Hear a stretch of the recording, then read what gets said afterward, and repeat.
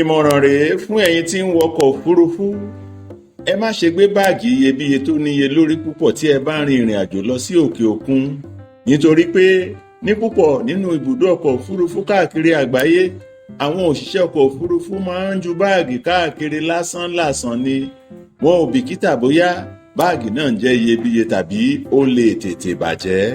Nítorí náà, ó dára kó jẹ́ pé báàgì yín kìí ṣe èyí tó níye lórí gan-an tàbí tí ó lè tètè bàjẹ́.